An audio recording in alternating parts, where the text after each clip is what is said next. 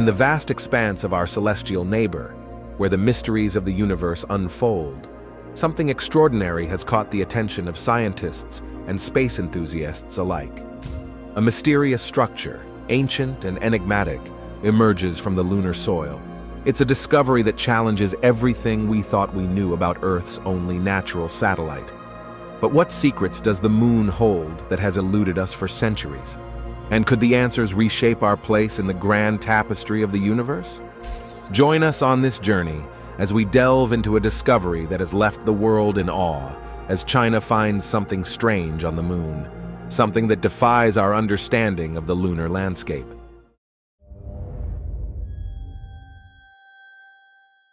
In the 9th century, Chinese innovators kicked off the rocket party, laying the groundwork for the dazzling fireworks displays and the whole rocket engine concept we adore today. While they skipped the mid-20th-century space race, China dove into space exploration in the late 1950s, hitching a ride on the coattails of the Soviet Union. But when the Soviet Union curtain fell, China spun its own space tale. On April 24, 1970, they proudly flung their first satellite into orbit.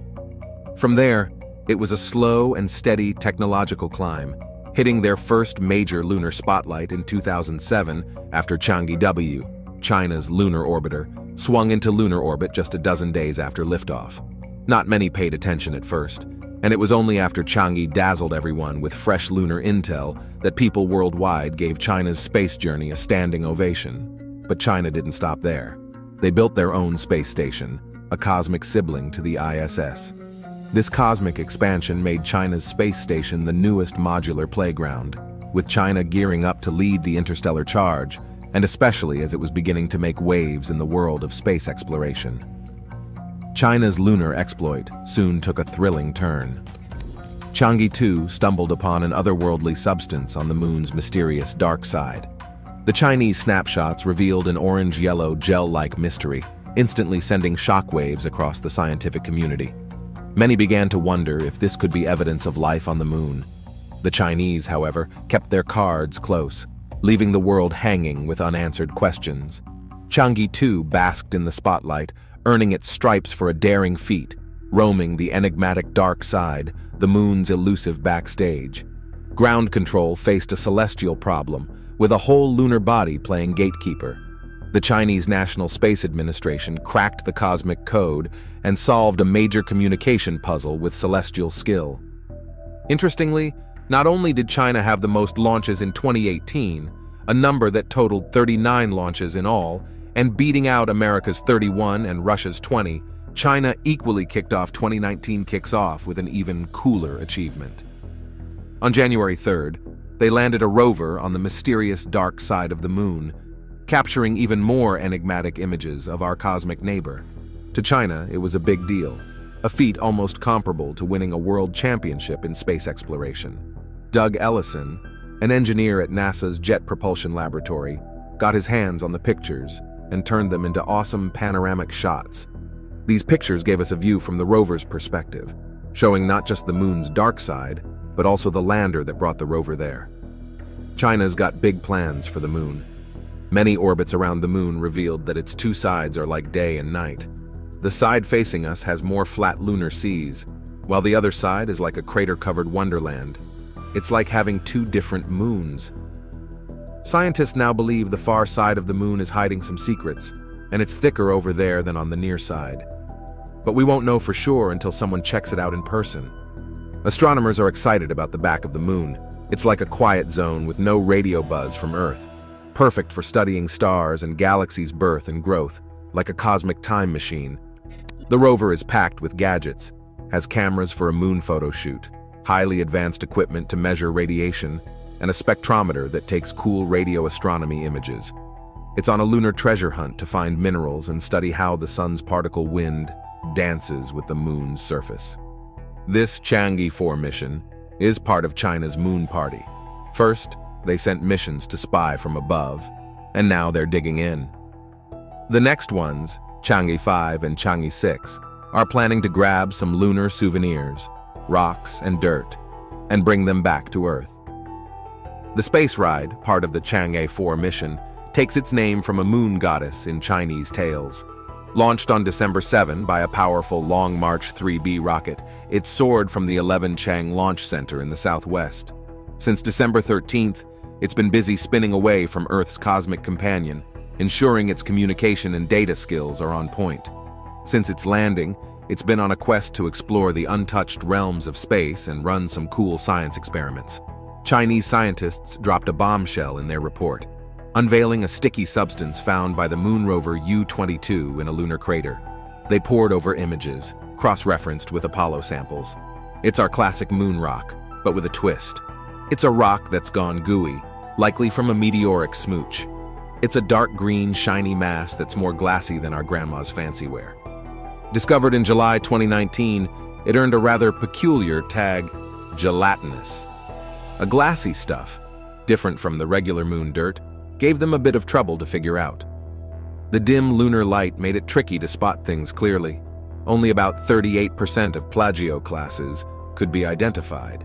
Surprisingly, this glassy material didn't stand out much from its lunar surroundings, hinting that it might share a striking resemblance with the rest of the moon dust. But here's where it gets interesting. This moon oddity has a mysterious dark green hue and measures about 52 by 60 centimeters. In a scientific paper printed in the journal Earth and Planetary Science letters, brainy folks from the Chinese Academy of Sciences tell the secret. They called this lunar enigma a dark greenish glowing impact melt breccia. It was discovered in the von Karman crater, hanging out on the far side of the moon, away from the hustle and bustle. The researchers compared the moon rover's snapshots with samples from the American Apollo missions. They found that this mysterious greenish object resembled the Apollo samples, hinting that it might have formed in a wild lunar collision. On December 1, 2020, the Chang'e 5 mission pulled off an epic lunar touchdown, wrapping up a 23-day space adventure. This dynamic dual probe took off like a rocket from the Wenchang spacecraft launch site in China's Hainan province. This launch site has seen its fair share of action, catapulting predecessor probes like Chang'e 3, tons of satellites, and even the building blocks for the Chinese space station. After a victorious separation from its orbiter companion, Chang'e 5's lander gracefully set foot in a lunar hotspot known to scientists as Oceanus Procellarum. It's a vast, flat region near the lunar equator, hanging out on the far side of the moon, flaunting extreme breadth and the close company of the towering 5,250-foot-high Mons Rumker. The Chang'e 5 mission wasn't just a joyride. It had a laser-focused objective. Weighing in at nearly 8 tons, this interstellar explorer was on a quest to snag lunar samples and haul lunar rock back to Earth. It was the first time in 4 decades that such extraterrestrial goodies were making a comeback trip to our home planet. Recent discoveries hinted that the moon might be a whole lot stranger than we ever imagined. Some even dared to dream that the moon held a treasure trove of minerals that could be the key to solving our energy crisis. The mission's drill, aboard a craft that orbited the moon, carefully collected samples from deep within its surface. People around the world held their breath as the spacecraft, after only 14 days, began its journey back to Earth. China, with this triumph, officially joined the elite club of spacefaring nations. As the world celebrated this achievement, scientists eagerly awaited the return of the lunar samples. International researchers were buzzing with anticipation, and the moon spilled its secrets, offering new perspectives and groundbreaking insights that surpassed everyone's wildest expectations. On December 17, 2020, the return capsule made its grand entrance into Earth's atmosphere, gracefully touching down in the vast, scarcely populated landscapes of Mongolia. With the samples now safely in hand, the experts wasted no time diving into their work, fueled by a clear sense of excitement. The burning question lingered in the air: would the drillings validate the existing theories on how the moon came to be, or was the lunar interior harboring a completely different revelation? But even before the capsule arrived on Earth, some astronomers had begun to piece together what its samples could imply. According to these experts, a planet the size of Mars collided with Earth more than 4 billion years ago, setting the stage for the moon's creation. In the chaotic aftermath of this celestial collision, a fragment of our planet broke free, shrouded in molten rock. Until this moment, the prevailing belief was that the scorching temperatures of that era had forever banished any traces of water. The moon, in our collective imagination, stood as a desolate celestial body slowly withering away, similar to a cosmic prune. Recent discoveries have added a splash of intrigue to this lunar narrative. Telescopes and probes, working tirelessly in the past months and years, have unveiled a surprising twist. Near the lunar poles, hidden within craters, lie substantial deposits of water ice. Suddenly, the once arid and shriveling moon is challenging its parched reputation, revealing pockets of frozen water that defy previous assumptions. It's as if the moon, long thought to be in a perpetual state of drought, has secret reservoirs waiting to melt perceptions and rewrite its watery history. The story took a turn, and suddenly everyone was buzzing with questions about the ice chilling on the moon. We've been snooping around up there for over 50 years, and no one noticed this frosty surprise until now. NASA is gearing up for the Artemis mission, planning to shoot astronauts near the moon's chilliest spots within the next decade. Once they're there, these space explorers are on a mission. Figure out if the moon's water stash can be put to good use. Why is everyone so hyped about moon water? Humans sipping on moon water, plants chilling on the lunar soil, and fuel getting cooked up right there on the moon. Chang'e 5, the cosmic detective, just threw a curveball into our lunar daydreams. This rover found the unthinkable on that tiny, inconspicuous celestial ball we call the moon. Water, and lots of it. So here's the scoop from the Chinese Academy of Sciences. They were playing with drill samples from Chang'e 5, and they stumbled upon a bunch of tiny glass particles. These little crystals probably popped up when meteorites crashed into the moon. Some comets might have hitched a ride too, bringing water along for the lunar party. Now, that water is frozen at the poles, giving the moon a cool, watery secret. When we talked about a lunar plot twist, the researchers took a good look at those impact glass beads. They were in for a major surprise. Turns out, hidden inside those beads was water. Each tiny bead only holds a bit of water, but when you put them all together, it's like a lunar water extravaganza. These beads are so small, not even a millimeter in size. When you tally up all the water in those little beads, it's mind-blowing. We're talking 2,000 parts water for every million parts in each crystal. In every metric ton of lunar soil, there are a whopping 2,000 kilograms of water.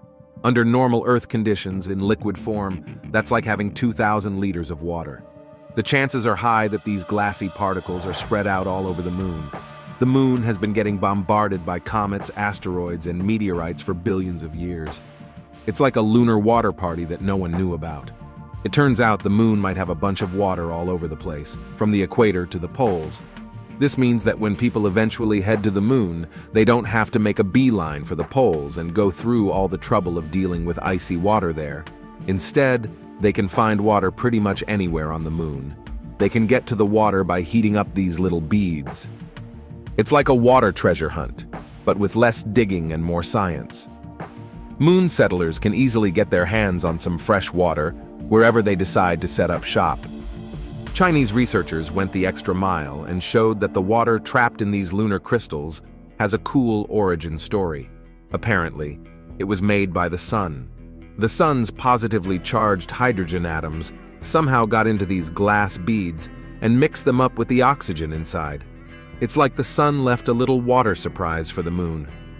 Now, these glass beads aren't just sitting there. When they get heated up by the sun's rays, they can release some of that hydrogen charge. It's like they're giving back a bit of what they got. The total water stash in these impact glass beads is estimated to be around a whopping 298,700,000,000 short tons. A whole lot of lunar hydration, according to the smart people who keep track of these things. Moon settlers are basically sitting on a water gold mine. In 2010, NASA did some moon math and found that the North Pole was hiding a whopping 661,400,000 short tons of water.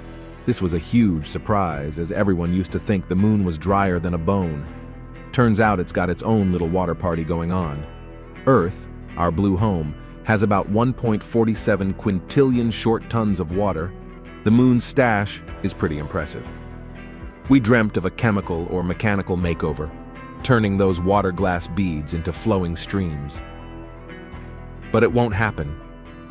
The moon's got no chill, no atmosphere, crazy temperatures, and almost no air pressure.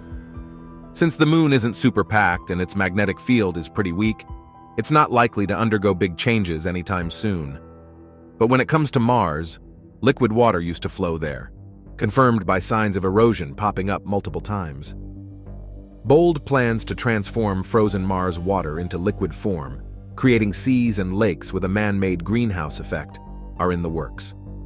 Still, some experts aren't entirely sold on the idea.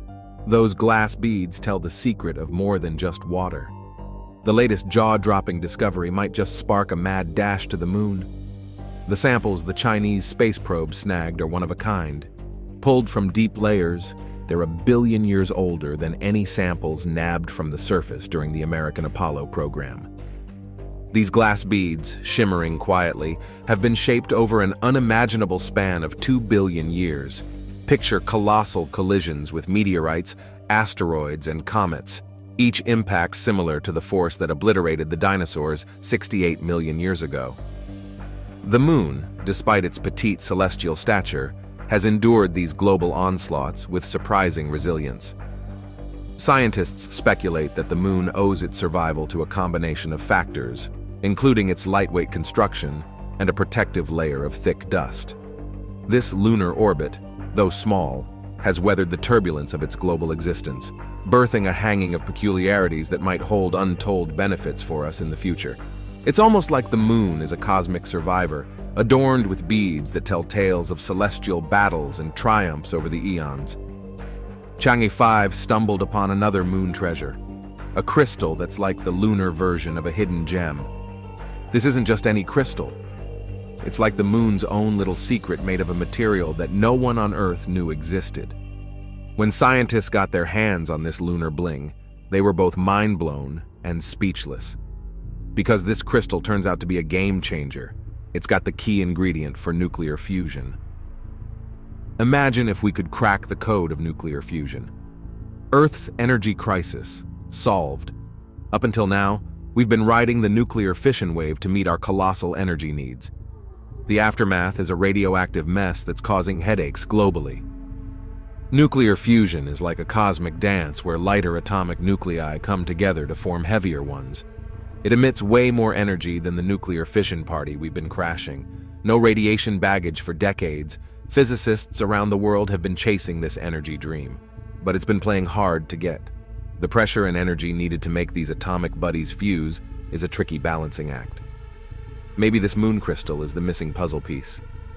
Imagine we stumble upon a magical rock or a tiny particle that's just itching to join the fusion party.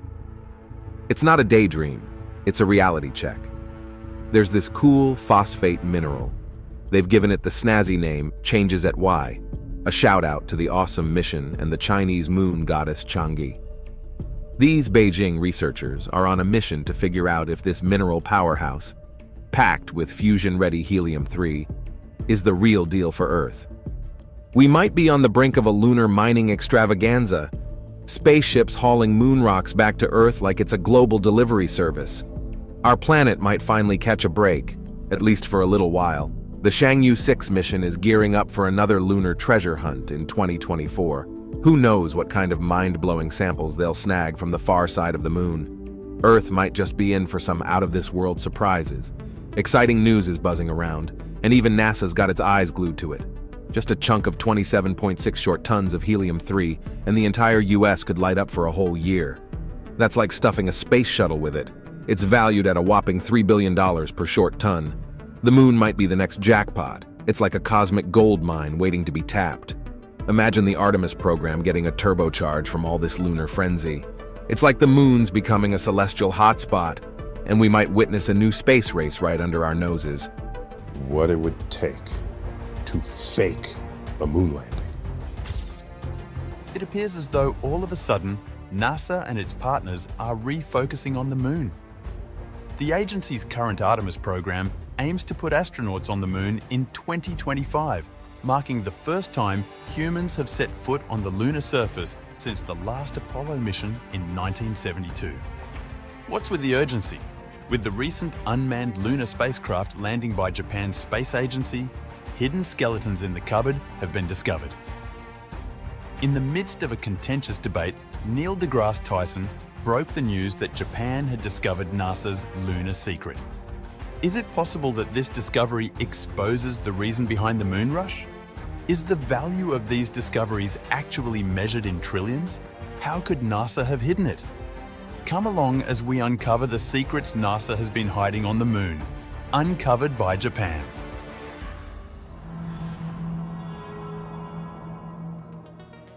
An unexpectedly impressive accomplishment that may shed light on the moon's origins has been made by Japan's unmanned lunar mission, which has successfully collected and communicated data analyzing 10 lunar rocks. While the spacecraft accomplished a first-of-its-kind precise landing on January 20th, it did it upside down. The solar panels were first blinded by the sun and were shut off after a short communication with Earth. However, it began functioning again on the 8th day, enabling it to successfully reconnect with the Earth-based JAXA command center. After touching down on the moon last month, the Smart Lander for Investigating Moon, or SLIM, spent 4 days analyzing lunar rocks with the help of its multi-band spectral camera to determine their composition. The 6 rocks and uneven lunar surface were shown in a black and white photo that was relayed shortly after SLIM was reactivated. The spacecraft collected information from 10 rocks, each named after a dog breed, for example, Akitainu, Beagle, and Shiba Inu. Analysis of the rocks may provide clues as to the moon's birthplace, according to the scientists. One way to determine if moon rocks and Earth rocks share elements is to compare their mineral compositions. The giant impact theory states that a smaller mass spun off of Earth when the planets collided, leading to the formation of the moon. Data on 10 rocks was a reason for celebration for the JAXA team, who had anticipated SLIM to examine and analyze only 1 rock. This data prompted the crew to pursue exploring the moon's origins. The landing made Japan the world's 5th country to reach the moon, after the United States, the Soviet Union, China, and India. The lander also carried 2 small rovers, each of which will demonstrate a new technology for moving on the moon. Lunar Excursion Vehicle 1 includes a camera as well as scientific equipment and uses a hopping mechanism to maneuver on the moon. The second lunar excursion vehicle is a hand-sized sphere that was created through a collaboration between the government, private sector, and academic institutions. It can roll about once it reaches the surface because its 2 sections separate slightly. SLIM captured pictures of the lunar surface using a navigation system that relies on eyesight. The photographs were quickly compared to JAXA-created lunar maps showing crater patterns using data from past flights. Agencies will be able to reach resource-rich regions, like those with ice, by utilizing precision landing technology to safely navigate around adjacent risks. These actions have a geopolitical component. The countries that have accomplished lunar landings since 2000 are involved in a variety of regional rivalries, one of which is space. These achievements not only benefit the local community, but also help to position countries as world leaders, able to do something that very few nations have managed. Japan's launch comes only 6 months after India's moon landing and just weeks after a failed attempt by a US company, Astrobotic. Both Russia and the private company iSpace made unsuccessful landing attempts in 2023. JAXA's prominence in this worldwide effort is demonstrated by Japan's successful moon landing, which occurred despite problems with the mission's solar panels, which reduced the mission timeframe. However, it was India that made history as the first country to land near the south pole of the moon with its Chandrayaan-3 lander on August 23, 2023. This also makes it the first country to land on the moon since China in 2020. A number of nations are attempting lunar landings, notably the United States through its Artemis program and India. Due to its untouched surface, characterized by craters, trenches, and pockets of old ice, the moon's southern pole is of special significance. Live coverage of the landing drew viewers from all around India. Countries like India are considering sending astronauts to the moon, but why? Many nations are considering sending astronauts to the moon because of the incredible opportunities it presents to educate the public, push the boundaries of human technology, and learn more about our solar system. Regardless of one's cultural or historical background, one can look up into the night sky, see the moon, and marvel at the fact that a man-made spacecraft is circling the surface of the moon. There is no better place than the moon to participate in international collaboration or rivalry than in a low-key, highly prominent manner. Opportunities to establish new alliances abound because of the high level of interest in a moon landing by numerous countries and even corporations, including the US, Russia, China, India, and Israel. Partnerships like these link individual researchers and organizations, which in turn encourages more peaceful collaboration on Earth and can help governments do more in space by combining resources. Some others think that going to the moon can be good for the economy as well. Startups developing space technologies and lending their support to these missions may soon appear. In recent times, India has witnessed an influx of space startups. In the long run, the moon's water, helium-3 and rare earth element deposits might lead to economic benefits. The United States remains the undisputed leader in lunar and space exploration, despite recent disappointments like NASA delaying its next Artemis mission. NASA has previously launched the SLS rocket, which can return humans to the moon, and there are already many spacecraft orbiting the moon.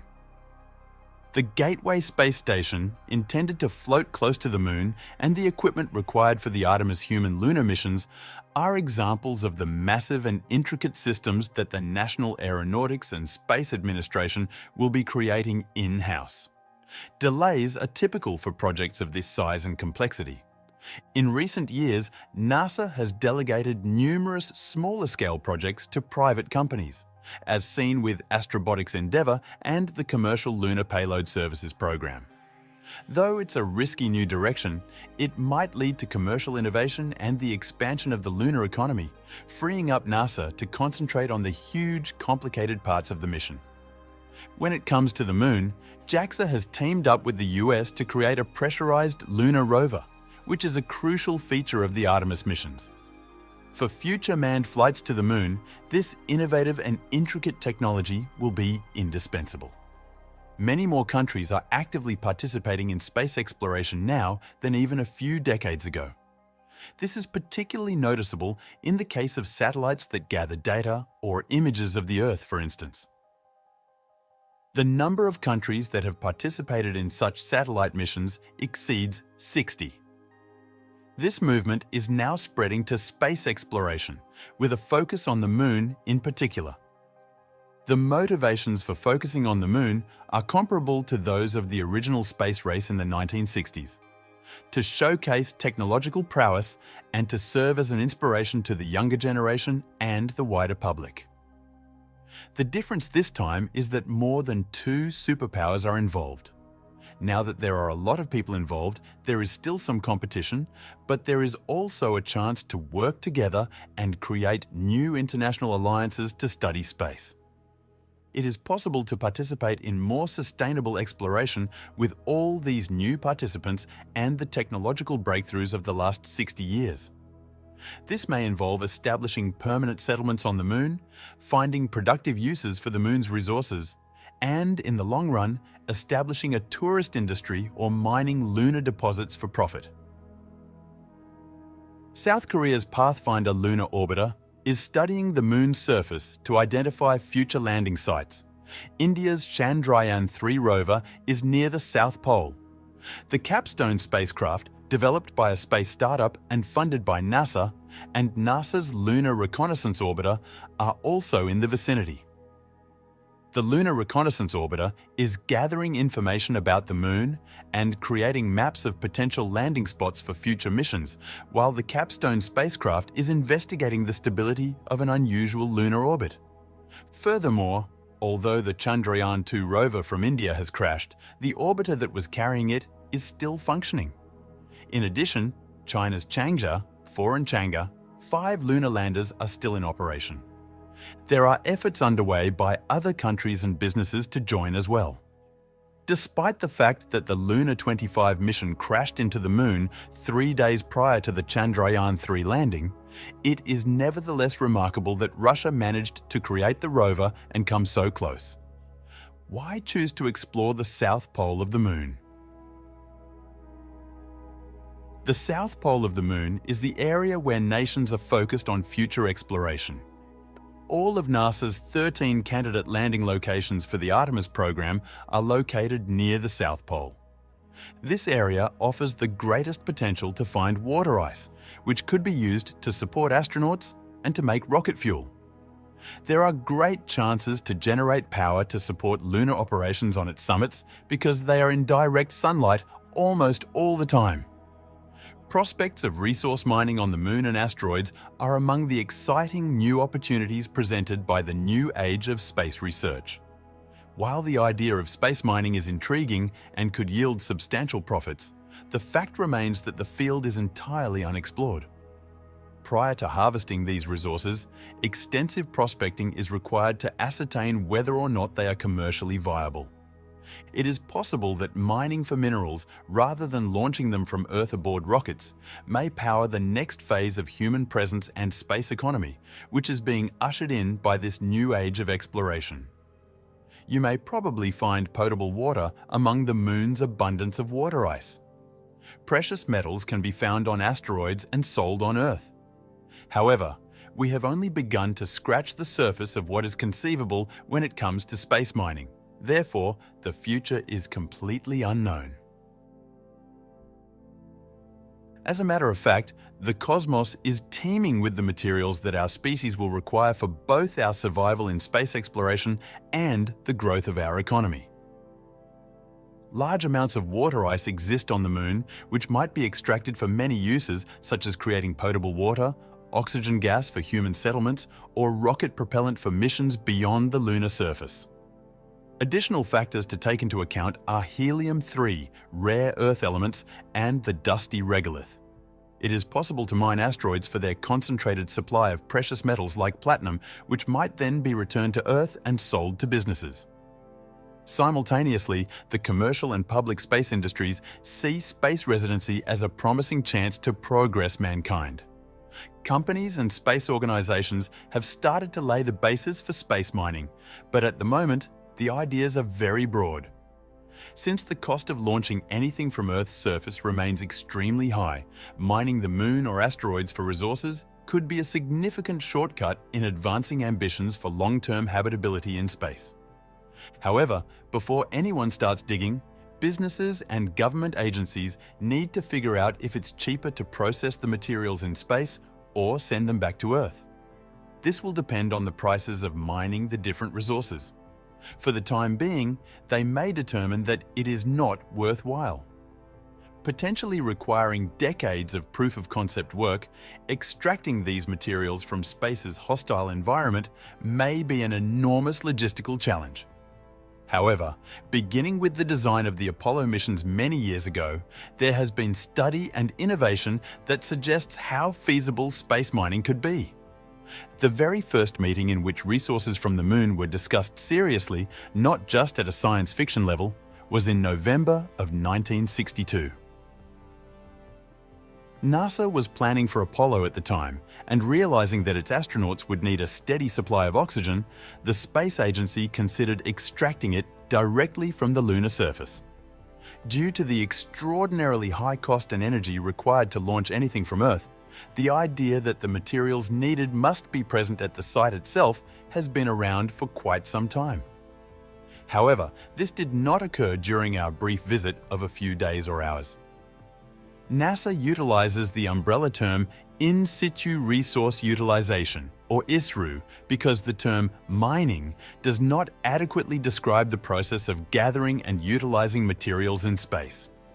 Mining the lunar surface for materials and resources, and then using those raw materials to make new products are both encompassed under this umbrella term. As an example, consider ice. Lunar geologists have solid evidence to suggest that the permanently dark regions of the Moon have water reservoirs that are actually ice hidden beneath dirt. The purpose of the doomed lunar flashlight mission from NASA was to identify and catalogue these reservoirs.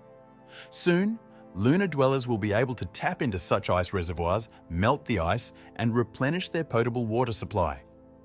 Hydrogen and oxygen, produced by the chemical splitting of this water on the Moon, might be utilised to create rocket fuel and propellant, or to provide habitable air to bases and shelters.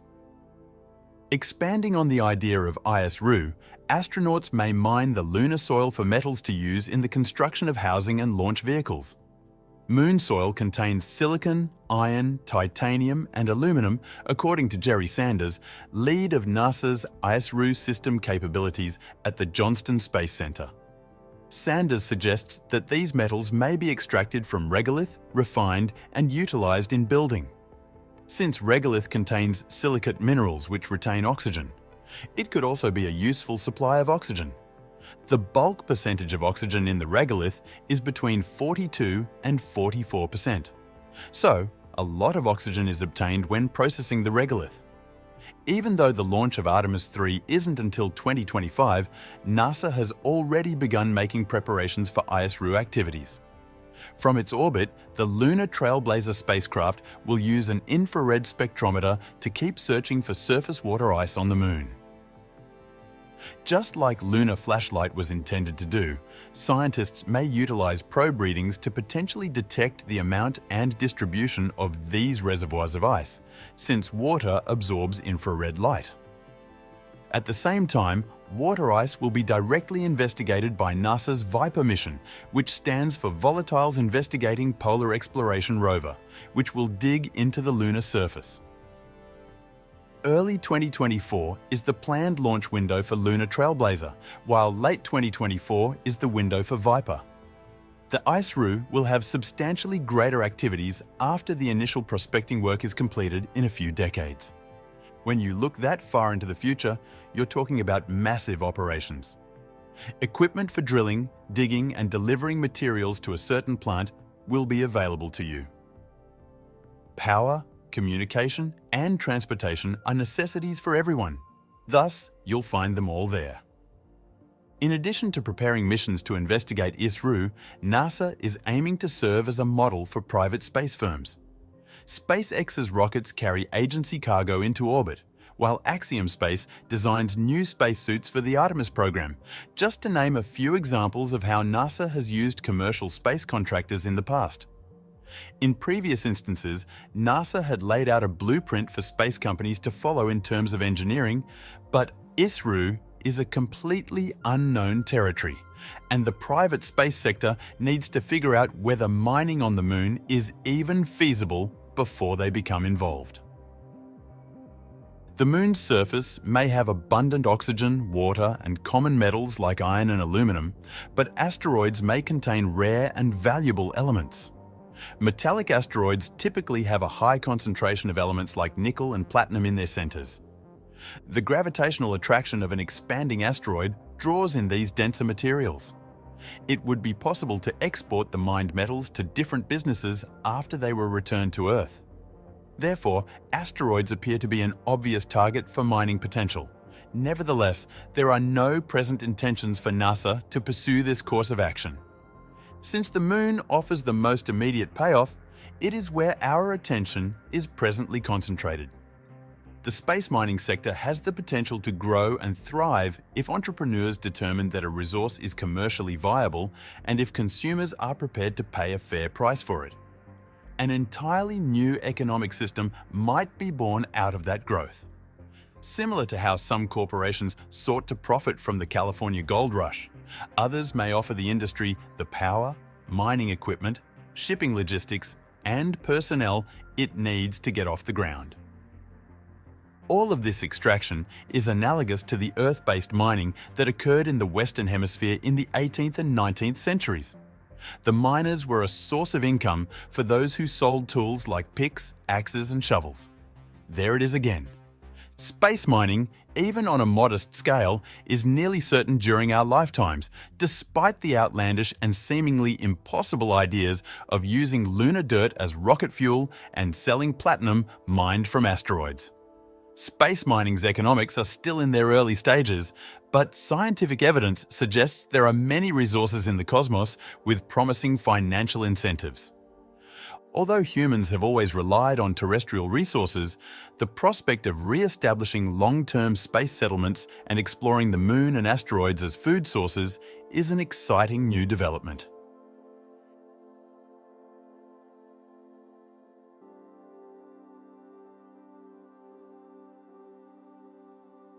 Thanks for watching another episode of Voyager.